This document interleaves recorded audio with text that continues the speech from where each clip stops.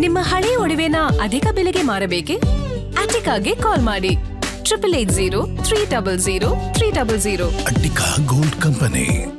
20ಕ್ಕೂ ಹೆಚ್ಚು ಜಿಲ್ಲೆಗಳು ತೀವ್ರ ಬರದಿಂದ ಕಂಗೆಟ್ಟಿದ್ದಾವೆ. ಸರ್ಕಾರ ಮಂತ್ರಿಗಳು ಮಂತ್ರಿ ಸ್ಥಾನಕ್ಕಾಗಿ ಅವಿವೇಕಿಗಳು ಡೆಲ್ಲಿಗೆ ಹೋಗ್ತಾ ಇದ್ದಾರೆ. ಇವ್ರು ಅನ್ನ ತಿನ್ನಲ್ವೇನ್ರಿ? ನಾಚಿಕೆ ಆಗಬೇಕು ನಿಮಗೆ. ಮೊದಲು ನಮ್ಮ ಕಬ್ಬು, ರಾಗಿ, ಜೋಳ, ಸೂರ್ಯಕಾಂತಿ, ಹತ್ತಿ ಎಲ್ಲ ಒಣಗಿದೆ. ಕಳೆದ ಸಾಲಿನಲ್ಲಿ ಮುಖ್ಯಮಂತ್ರಿಗಳು ಹೇಳಿದಿರಿ ಯಾರು ಬೆಳೆ ಹಾಕಬೇಡಿ, ಮಳೆ ಇಲ್ಲ ಅಂತೇಳಿ. ನೀವು ಹೇಳಿ 2 ತಿಂಗಳಾಯಿತು. ಒಬ್ಬ ಮಂತ್ರಿ, ಒಬ್ಬ MLA ನಮ್ಮ ಬಡ ಪ್ರದೇಶಕ್ಕೆ ಭೇಟಿ ಕೊಟ್ಟು ನಮಗೆ ಬೆಳೆ ಪರಿಹಾರವನ್ನು ಘೋಷಣೆ ಮಾಡ್ತಕ್ಕಂಥ ಆಗ್ತಾ ಇಲ್ಲ. ರಾಜ್ಯದಲ್ಲಿ BJP ಲೋಕಸಭಾ ಸದಸ್ಯರಿದ್ದಾರೆ. ಅನ್ನ ತಿಂತ ಇಲ್ವ ಇವರು? ಅನ್ನ ತಿಂತ ಇಲ್ವ ಲೋಕಸಭಾ ಸದಸ್ಯರು? ನೀವು ಇರ್ತಕ್ಕಂಥದ್ದು ಗುಲಾಮಗಿರಿ ಮಾಡೋಕ್ಕಿದ್ರೆ ಲೋಕಸಭಾ ಸದಸ್ಯರು. ಪಾರ್ಲಿಮೆಂಟ್ಲಾಗಲಿ ಕೇಂದ್ರದಲ್ಲಾಗಲಿ ಧ್ವನಿ ಎತ್ತಿ ರಾಜ್ಯದಲ್ಲಿ ಬರದ ಪರಿಸ್ಥಿತಿ ಇದೆ, ಇದ್ರ ಬಗ್ಗೆ ನಿಯೋಗ ಬರಬೇಕು, ಇದಕ್ಕೆ ಪರಿಹಾರ ಕೊಡಬೇಕು ಅಂತೇಳಿ ಒಬ್ಬ ಲೋಕಸಭಾ ಸದಸ್ಯ ಮಾಡ್ತಾ ಇಲ್ಲ. ಅಂದರೆ ರಾಜ್ಯ ಸರ್ಕಾರ, ಕೇಂದ್ರ ಸರ್ಕಾರ ಕಳ್ಳ ಮಳ್ಳರ ಸರ್ಕಾರ ನಿಮ್ಮದು. ಅನ್ನ ತಿನ್ನ ಸರ್ಕಾರವಲ್ಲ ನಿಮ್ಮದು. ಮುಂದಿನ ದಿನಗಳಲ್ಲಿ ಇದೇ ಪರಿಸ್ಥಿತಿ ಮುಂದುವರೆದ್ರೆ ಮಂತ್ರಿಗಳು MLAಗಳು ಮಣ್ಣು ತಿನ್ನಬೇಕಾಗ್ತದೆ. ನೀವು ಇವತ್ತು ಸಾರಿ ಹೇಳ್ತಾ ಇದೀವಿ, ರೈತರು ನಾವು ಬೀದಿಗೆ ಬಂದಿದ್ದೀವಿ, ನಮ್ಮ ಹಕ್ಕನ್ನು ಕೇಳಕ್ಕೆ ಬಂದಿದ್ದೀವಿ. ಇವತ್ತು ಕಬ್ಬಿನ ಬಾಕಿ 8 ಕೋಟಿ ರೂಪಾಯಿ ಕಳೆದ ಸರ್ಕಾರದ ಆದೇಶ. ಮೈಸೂರು ಚಾಮರಾಜದಲ್ಲಿ ಇನ್ನೂ 1 ರೂಪಾಯಿ ಕೊಡೋಕ್ಕಾಗ್ತಾ ಇಲ್ಲ. ಸಮರ್ಪಕವಾಗಿ ವಿದ್ಯುತ್ ಇಲ್ಲ, ಅಂತರ್ಜಲ ಕುಸಿತ ಆಗಿದೆ, ಕೆರೆ ಕಟ್ಟೆಗಳಿಗೆ ನೀರಿಲ್ಲ, ವಿದ್ಯುತ್ ಸಂಪರ್ಕ ಕೊಡಲಿಕ್ಕೆ ಹಣ ಇಲ್ಲ ಅಂತೇಳಿ ಚೆಸ್ಕಾಂ ಇಲಾಖೆಗಳು ಹೇಳ್ತಾ ಇದ್ದಾವೆ. ಅಂದರೆ ಒಟ್ಟಾರೆಯಾಗಿ ಗ್ಯಾರಂಟಿ ಸರ್ಕಾರದಿಂದ ನೀವು ಸರ್ಕಾರ ಓಟ್ ಪಡ್ಕೊಂಡಿದ್ದೀರ ಹೊರತು ರೈತರ ಕಷ್ಟಕ್ಕೆ ಯಾವ ಗ್ಯಾರಂಟಿ, ರೈತರ ಬರ ನಿವಾರಣೆಗಾಗಿ ಯಾವ ಗ್ಯಾರಂಟಿ, ಕೇಂದ್ರದಲ್ಲೂ ಗ್ಯಾರಂಟಿ ಇಲ್ಲ, ರಾಜ್ಯದಲ್ಲೂ ಗ್ಯಾರಂಟಿ ಇಲ್ಲ. ಅವಿವೇಕಿಗಳು ಮಂತ್ರಿ ಸ್ಥಾನ ಅದು ಯಾವ್ಯಾವುದೋ ವಿಚಾರಕ್ಕೆ ಮಾತಾಡ್ತೀರಿ ನೀವು. ರೈತರ ಬರ ಪರಿಸ್ಥಿತಿ ಇದೇ ರೀತಿ ಮುಂದುವರೆದ್ರೆ ಮಂತ್ರಿ MLAಗಳು ಶಾಸಕರುಗಳು ವಿಧಾನಸೌಧದಲ್ಲಿ ಕೂತಿರ್ತಕ್ಕಂಥ ನೀವೆಲ್ಲ ಮಣ್ಣು ತಿಂತೀರೇನ್ರಿ? ನಿಮ್ಮ ಆಸ್ತಿ ವಿಧಾನಸೌಧ, DC ಆಫೀಸು, ಒಳ್ಳೊಳ್ಳೆ ಗಾಳಿ, ಒಳ್ಳೆ ಚೆನ್ನಾಗಿ ನೀರಿದೆ. ನಮ್ಮ ಹಳ್ಳಿಲಿ ನೀರಿಲ್ಲ, ಜಾನುವಾರುಗಳಿಗೆ ನೀರಿಲ್ಲ, ಕೆರೆ ಕಟ್ಟೆಯಲ್ಲಿ ನೀರಿಲ್ಲ. ವಿಧಾನಸೌಧನು DC ಆಫೀಸ್ಗಳನ್ನೂ ನಮಗೆ ಕೊಡ್ರಿ, ನಾವೇ ಇಲ್ಲೇ ಜೀವನ ಮಾಡ್ಕೊಂಡಿರ್ತೀವಿ. ಇನ್ನು ಯಾಕೆ ಅಂತ ಹೇಳಿದ್ರೆ ಇವನ್ನೆಲ್ಲ ಸ್ವಚ್ಛವಾಗಿ ಒಳ್ಳೆ ಗಾಳಿ, ಮಳೆ, ಒಳ್ಳೆ ನೀರು ಇಟ್ಕೊಂಡು ಚೆನ್ನಾಗಿ ಇಟ್ಟಿದ್ದೀರಲ್ಲಪ್ಪ ಇಲ್ಲಿ ನೀವು, ನಮ್ಗೆ ಇದನ್ನ ವಹಿಸ್ಕೊಡಿ ಅಂತ ಒತ್ತಾಯ ಮಾಡ್ತಾ ಇದ್ದೇವೆ.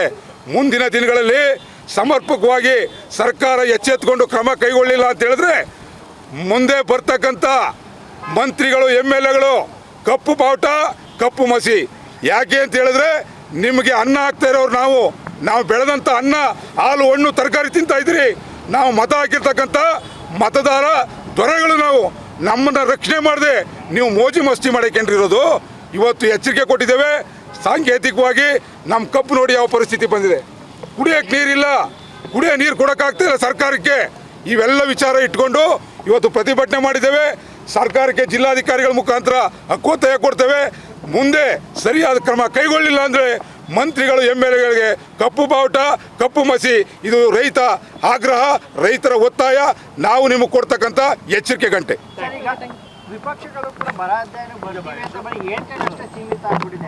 ನಾವು ಅಶೋಕ್ ನಿಗಾ ವಿರೋಧ ಪಕ್ಷ ನಾಯಕನ ಚಾಮರಾಜನಗರದಲ್ಲಿ ಎಷ್ಟು ಸ್ಥಳಕ್ಕೆ ಭೇಟಿ ಮಾಡಿದೆಯಪ್ಪ ಅಂತ ಕೇಳೋದು.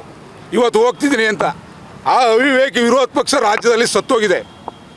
ರಾಜ್ಯದಲ್ಲಿ ವಿರೋಧ ಪಕ್ಷ ಇಲ್ಲ, ಆಡಳಿತ ಪಕ್ಷ ಇದ್ದೂ ಸತ್ತಿದೆ, ವಿರೋಧ ಪಕ್ಷ ಸತ್ತೇ ಹೋಗಿದೆ. ಯಾಕೆ ಅಂತ ಹೇಳಿದ್ರೆ ನಿಜವಾಗಿ ವಿರೋಧ ಪಕ್ಷ ಇದ್ದರೆ ಬೀದಿಗೆ ಬರಬೇಕಾಗಿತ್ತು. ಬೀದಿಗೆ ಬರ್ತಾ ಇಲ್ಲ ಅವರು.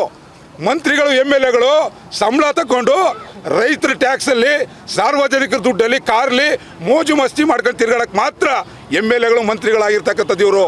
ಇವರು ರೈತರ ಕಷ್ಟ ಕೇಳೋಕ್ಕಿಲ್ಲ.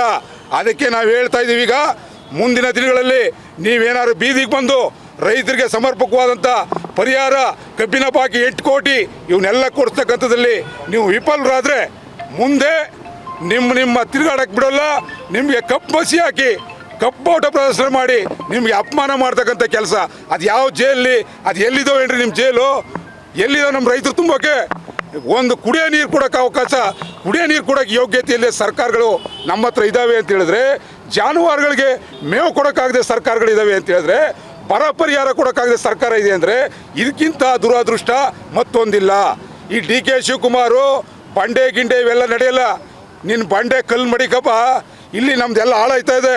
ಮೊದಲು ಮೈಸೂರು ಬಾಮರ ಡಿ ಕೆ ಶಿವಕುಮಾರ್, ಮೈಸೂರಿಗೆ ಬಂದು ಇಲ್ಲಿ ಬರೋ ಪರಿಸ್ಥಿತಿ ಅಧ್ಯಯನ ಮಾಡು. ಸಿದ್ದರಾಮಯ್ಯ ಏನಾದರೂ ನೀ ಮೈಸೂರಿಗೆ ಬಂದರೆ ಗೇಟ್ ಪಾಸ್ ಕೊಟ್ಟಿಲ್ವ ನಿನಗೆ? ಡಿ ಕೆ ಶಿವಕುಮಾರ್ ಅವರೇ, ಮೈಸೂರಿಗೆ ನಿಮಗೆ ಬರಲಿಕ್ಕೆ ಸಿದ್ದರಾಮಯ್ಯನವರು ಗೇಟ್ ಪಾಸ್ ಕೊಟ್ಟಿಲ್ವಾ? ಬರ ನೋಡಲಿಕ್ಕೆ ನಿಮಗೆ ಸಿದ್ದರಾಮಯ್ಯನವರು ಅಡ್ಡಿ ಇದ್ದಾರಾ? ನಾವು ಕೇಳ್ತೀವಿ ಸಿದ್ದರಾಮಯ್ಯನವರ. ಯಾಕೆ ಅಂತ ಹೇಳಿದ್ರೆ, ಸಿದ್ದರಾಮಯ್ಯನವ್ರಿಗೆ ಅಧಿಕಾರ ಕಳ್ಕೊಂಡ್ಮೇಲೆ ಸಿದ್ದರಾಮಯ್ಯನವ್ರ ಕ್ಷೇತ್ರಕ್ಕೆ ಬರಬಾರ್ದು ಅಂತ ಏನಾದ್ರು ನೀವು ಉಳ್ಕೊಂಡಿದ್ರೆ ಇದು ನಿಮ್ಮ ದೌರ್ಬಲ್ಯ. ತಕ್ಷಣ ಈ ವಾರದೊಳಗಡೆ ಸರ್ಕಾರ ಬಂದು ಕೂತು ಇಲ್ಲಿ ಸಮಸ್ಯೆಯನ್ನು ಪರಿಹರಿಸಬೇಕು, ರೈತರಿಗೆ ಕ್ರಮ ಕೈಗೊಳ್ಳಬೇಕು ಅಂತೇಳಿ ಒತ್ತಾಯ ಮಾಡ್ತೀನಿ.